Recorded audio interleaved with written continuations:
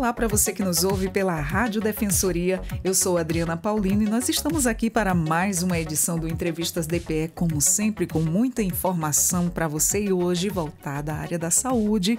Venho com mais informações para você que está aí nos ouvindo. Hoje nós vamos falar sobre a síndrome metabólica. O que é isso? Você vai entender aí no decorrer da nossa conversa.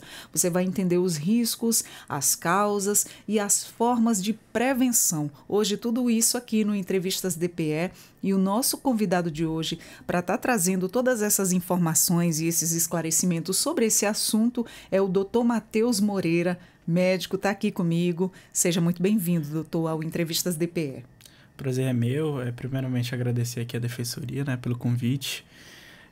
Trazer esse tema é um tema muito importante para a sociedade, até porque a gente tem números alarmantes sobre essa doença, Segundo as últimas pesquisas, falam de dados como 40% da população do Brasil e do mundo, principalmente dos países desenvolvidos, onde tem o acesso a alimentações, digamos assim, com mais teores de gordura, mais conservantes, países de primeiro mundo, Com certeza. Doutor, para nosso começo de conversa... Já comecei animado. Exato. A pergunta que é de praxe, O que é exatamente a síndrome metabólica e quais são os critérios aí para o diagnóstico dela?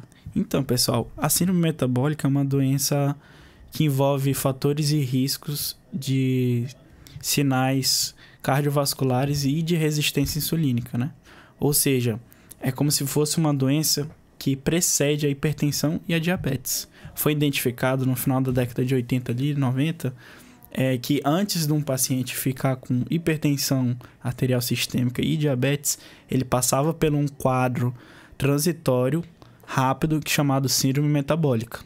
E esse que é o nosso tema de hoje aqui. São os dois associados? Então, às vezes, o paciente ele pode ter sinais de pré-diabetes ou pré-hipertensão e a síndrome metabólica envolvida. Ou, às vezes, o paciente tem as duas doenças envolvidas ali. Nossa, isso não é legal. Não é mesmo. Doutor, quais são os principais fatores de risco, para desenvolver essa condição?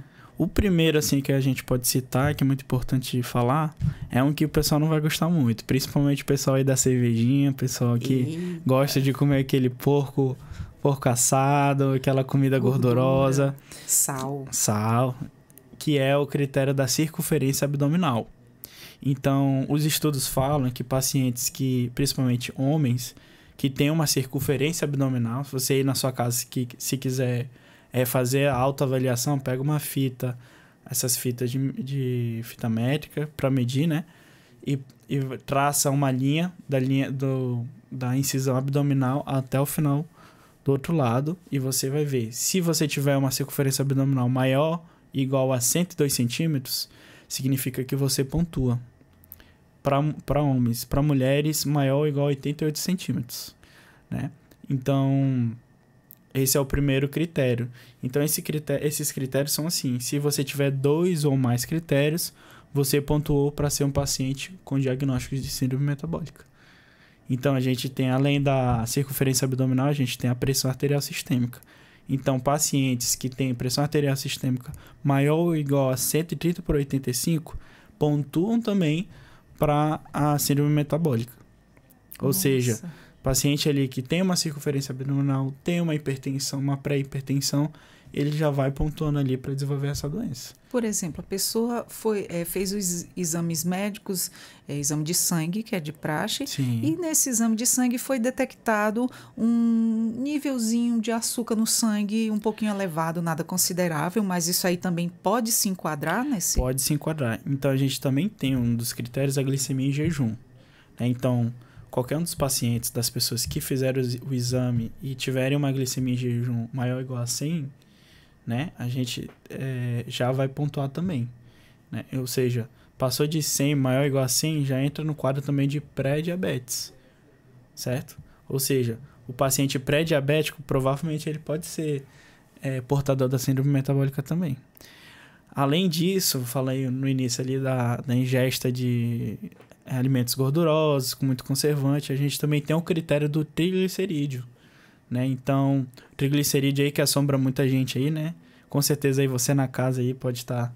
Eita, esse daí sou eu. Exatamente. O triglicerídeo, os critérios falam que se o paciente tiver um triglicerídeo maior do que 150, também vai pontuar. Entendeu? Ou seja, pacientes aí que têm um desequilíbrio do colesterol, pacientes que têm uma tendência para diabetes, todos eles vão pontuar. Né? Lembrando que o critério é dois ou mais pontos diagnósticos, né?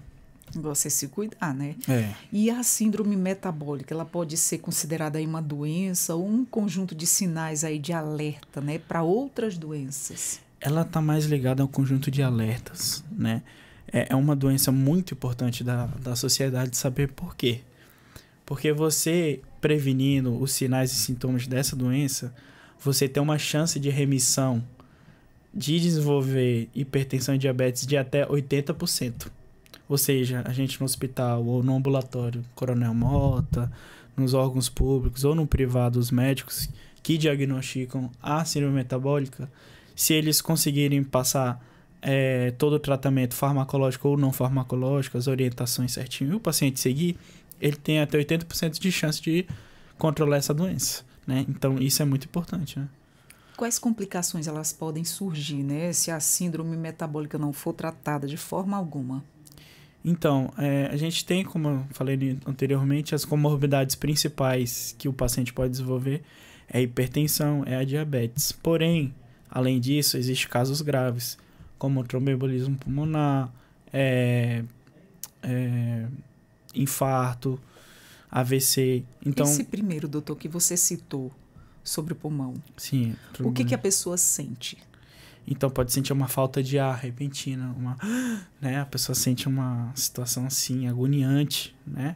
Mas também é uma doença mais difícil de diagnóstico, mas ela pode confundir muito até com ansiedade, né? Que às vezes a paciente ansioso pode simular algumas doenças, até infarto, né? Mas aí a gente tem que entrar em outro podcast. Muitas coisas elas estão interligadas, né? Exatamente. Se assemelham muito ali o que a pessoa está sentindo. Inclusive, quando uma vez eu fui passei em vários médicos para ser diagnosticada com ansiedade. Então, a gente veio fazendo aquela investigação lá com o clínico, lá do início, lá, né, porque são muitas coisas que se assemelham àquilo ali que você está sentindo. Primeiro, você deve fazer o exame da tireoide, porque sentia os mesmos sintomas e muitas coisas que pareciam quando a pessoa está aí apontando problemas na tireoide. Então, foi de um, de outro, até chegar no médico da cabeça e pensei que era cardíaca. Graças a Deus não. Graças a Deus não, mas aí fui diagnosticada com fibromialgia. Entendi. Uma doença muito diversificada, os sintomas, né? Ali que a gente... Muito difícil o diagnóstico, inclusive, né? Reumatológico, entre outros. Muito, é bem difícil. Mas, como sempre, né? A gente nunca... falar sobre isso é demais, né? A alimentação e o estilo de vida, né, influenciam diretamente no desenvolvimento da síndrome metabólica e como? Olha, com certeza, assim. Eu sempre falo aí para os pacientes que o início ali da terapia não começa na farmacologia, ou seja, a gente não começa a tratar a síndrome metabólica diretamente com as medicações convencionais. O tratamento não farmacológico é mais indicado no início. Né? Até porque a gente tem que dosar como vai ser essa resposta do paciente. Então, um grande conselho que eu dou para vocês é iniciar as atividades físicas, né? Como aeróbico, né? Então, os estudos falam que até 150 minutos por semana é o ideal para o paciente que quer tratar síndrome metabólica. Ou seja, 30 minutinhos de segunda a sexta, todo dia, de segunda a sexta, final de semana pode descansar ou alternar os dias, até que tem um montante de 150 minutos por semana. Lembrando que pacientes obesos, pacientes sobrepeso, atividades de alto impacto, como corrida, crossfit, entre outros esportes de alto impacto, não são tão aconselháveis, até porque pode destruir as articulações, entre outros. Então, esportes mais tranquilos, caminhada, uma leve corrida, um tiro rápido, uma natação que não mexe na articulação, entre outras doenças com menos impacto, é mais ideal ali, principalmente para pacientes com sobrepeso ou obesos, né? Então, além das atividades físicas, musculação, corrida, caminhada, todos esses que vão colaborar pro tratamento, a gente também tem a alimentação, né? Igual você estava falando inicialmente. Então, todo paciente que tem uma mudança do estilo de vida, o MEV que a gente chama, ele tem que entrar também na dieta, né? Então, isso é como se fosse uma cadeira, né? Se você não consegue sentar numa cadeira se tiver menos um pé, né? Então, é uma coisa interligada com a outra. Então, a dieta, o que a gente pode falar sobre a dieta? A gente tem que a dieta tem que ser uma dieta equilibrada, né? Então, muitas pessoas confundem a dieta com não comer. E não é isso. Você tem que comer, mas você tem que comer balanceado, né? Eu vou até entrar saudável, né? E comer saudável. O que seria comer saudável? Ter uma ingesta proteica boa, ou seja, comer o frango, comer a carne, uma quantidade ideal para você. A gente pode até entrar nesse assunto, mas entra muito na nutrologia, né? Na nutrição, mas a gente pode comentar. Então, tem a questão proteica, ter uma dieta balanceada, peixes, frango, principalmente carnes brancas, né? Que a gente fala. Ter a ingesta de carboidrato também. Carboidratos de baixo índice glicêmico, como batata doce, aveia, entre outras que não tem um pico de açúcar. Você pode falar, não, mas um bolo é carboidrato, doutor. E aveia também é carboidrato. Eu não posso ir no bolo? Não. Se você tem uma doença, evite, entendeu? Não é que não possa comer, mas evite. Por quê? Porque os outros alimentos, os carboidratos, eles têm alto índice glicêmico. Ou seja, você vai ter uma exposição ao açúcar muito mais rápido. Então, dá aquela alegria, euforia, depois dá aquele rebote que fala do açúcar, né? Exatamente. E existe aí alguma predisposição genética, né, para essa condição? Ou ela é totalmente aí vitável, né, com hábitos saudáveis? Ela é totalmente reversível, né? Então, a gente, como eu falei anteriormente, 80% dos pacientes que têm a síndrome metabólica conseguem converter essa doença. Então, é uma doença muito importante, mas ao mesmo tempo que a gente consegue reverter. Com MEV, que fala. De alerta, né? Exatamente. Se o paciente se atenta para isso, ele vai logo buscar aí uma melhoria. Sim, com certeza. Então, existe a chance de remissão da doença antes que se agrave. Ou seja, muita gente chega em estágios mais avançados por quê?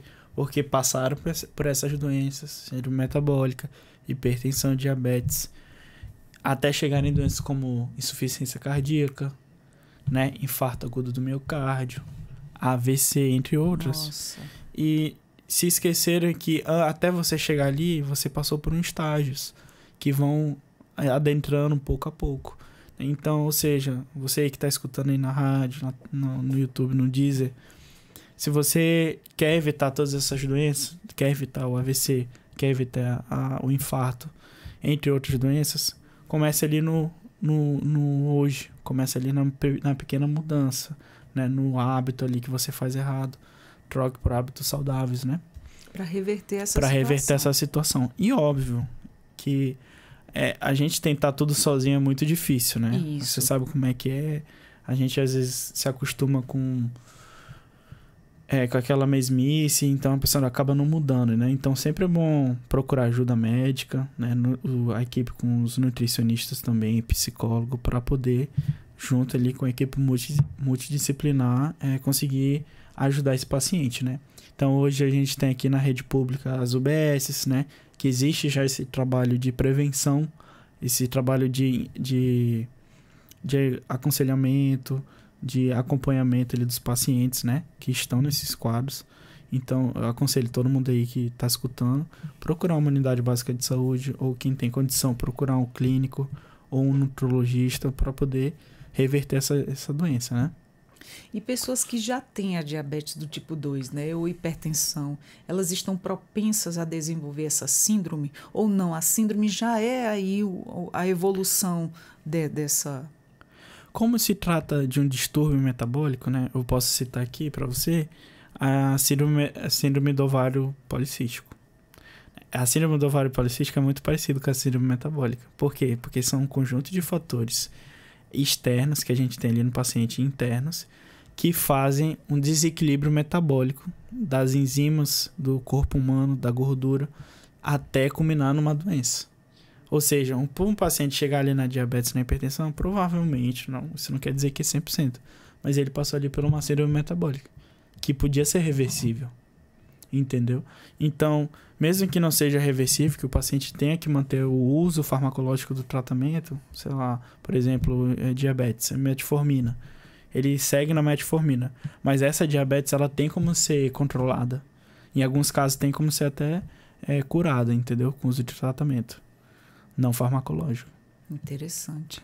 Quais são os exames aí que são essenciais, né, para identificar a síndrome metabólica e com que frequência devem ser feitos? Bom, pois é, então a gente tem, como eu citei anteriormente, a gente tem o exame físico, né, que a gente deve ser feito por um profissional de saúde.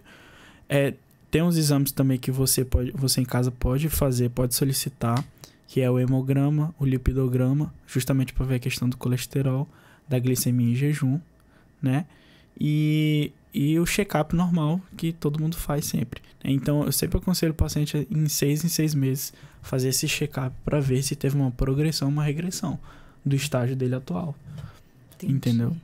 O tratamento ele envolve apenas mudanças no estilo de vida ou, em alguns casos, é necessário o uso de medicamento? A depender do paciente, por exemplo, você tem um paciente que começou com sobrepeso, o IMC dele aumenta um pouco, mas ele ainda não está com obesidade grau 3, por exemplo. O tratamento dele, muitas vezes, vai ser diferente de um paciente já em estágio mais avançado.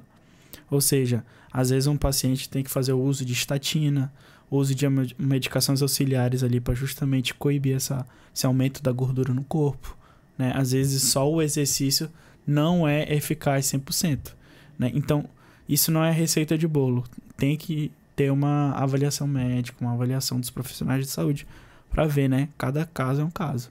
Mas assim, de antemão eu falo para vocês, como médico, todos vocês que quiserem mudar de vida, mudar o estilo de vida que fala, que é o MEF, mudança de estilo de vida, com certeza vocês vão ter uma remissão em todas essas taxas, né? Então eu sempre aconselho, esse é o primeiro passo, né? Um passo de cada vez. Se vocês seguirem esse plano, vocês com certeza vão melhorar a saúde de vocês. Não deixar chegar um estágio elevado. Exatamente. Ter essa autoconsciência que eu sempre falo, né? Cada um tem seu dom, cada um tem sua autopercepção, né? Então a gente tem que se avaliar. Às vezes não esperar do outro uma avaliação. Não, eu preciso de uma ajuda, eu preciso de uma mão ali que estenda para mim, para eu conseguir dar um passo adiante, né? Geralmente, doutor, quando os pacientes lhe procuram, né, que eles estão com esse problema, com essa síndrome, eles chegam se queixando do quê? Bom, eles chegam se queixando de muito cansaço, né? Um cansaço, uma fadiga anormal, né? Uma sonolência maior do que o habitual. Ah, doutor, tô dormindo muito mais, eu acordo, mas mesmo assim eu me sinto cansado, sem disposição, né? Outra coisa, o paciente fica sem força, porque o tônus muscular dele diminuiu por causa da gordura, né? Entre outros sintomas, assim, que são fáceis de reconhecer, né?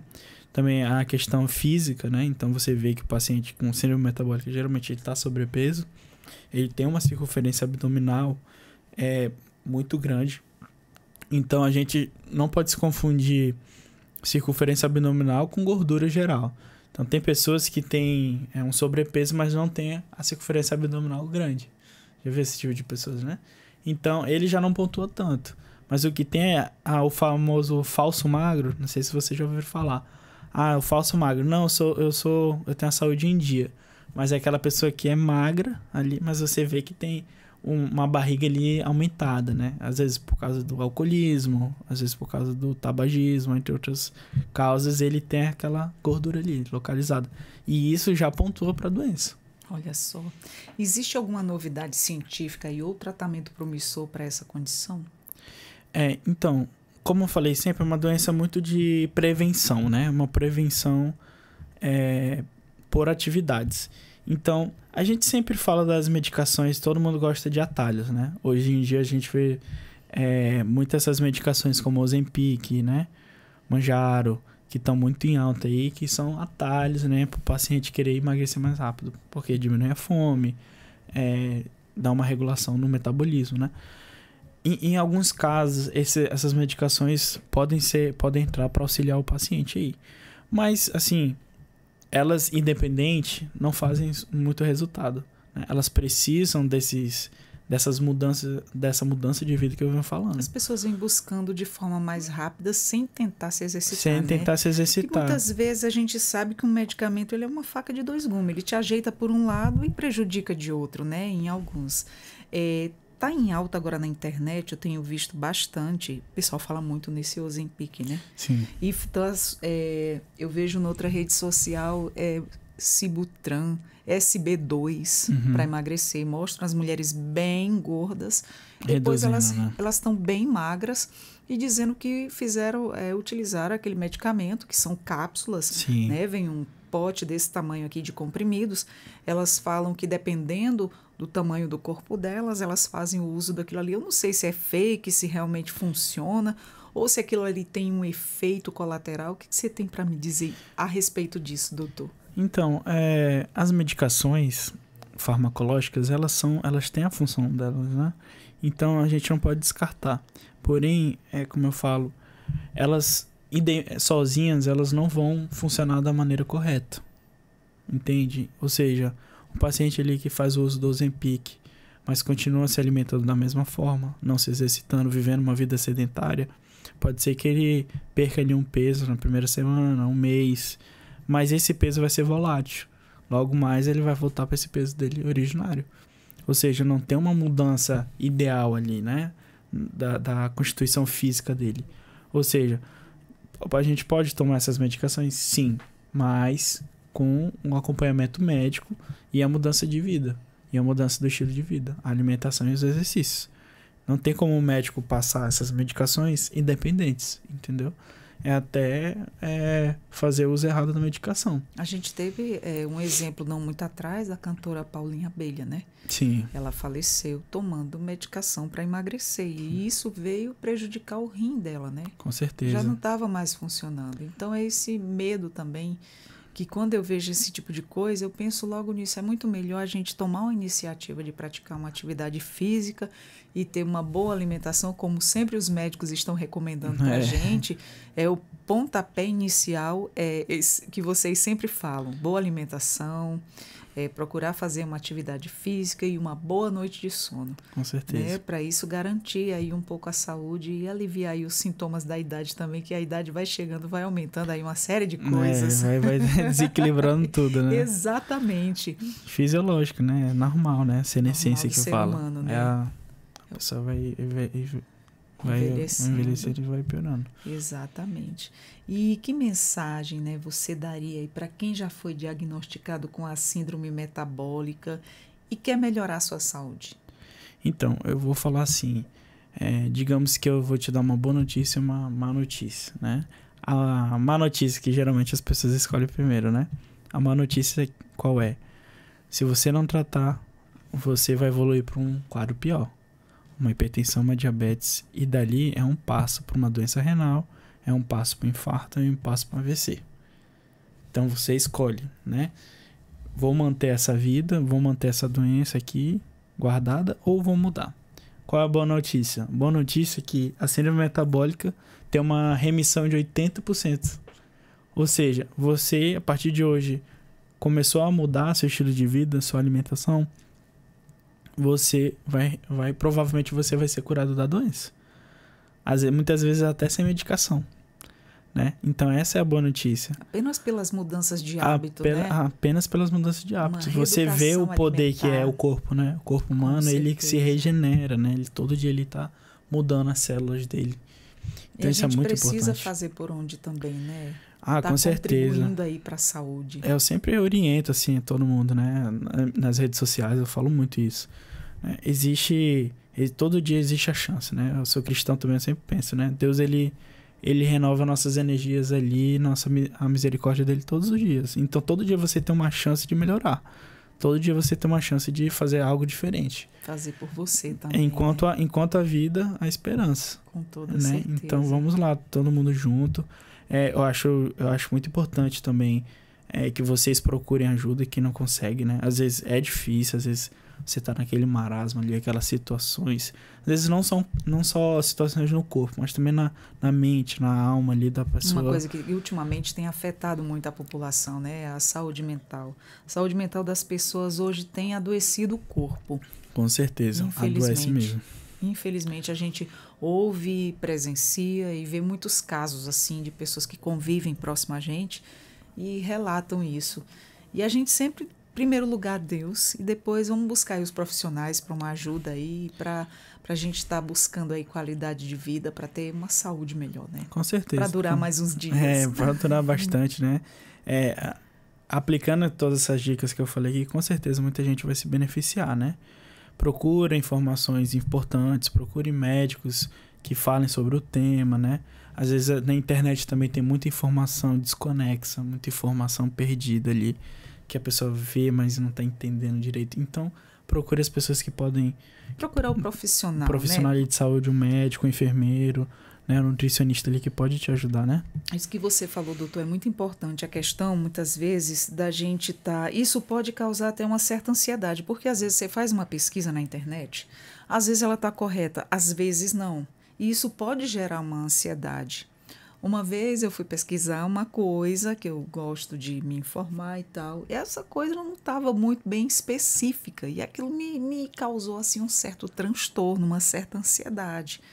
E quando eu busquei mesmo um profissional, ele falou, você anda lendo muito internet, né? Eu falei, sim.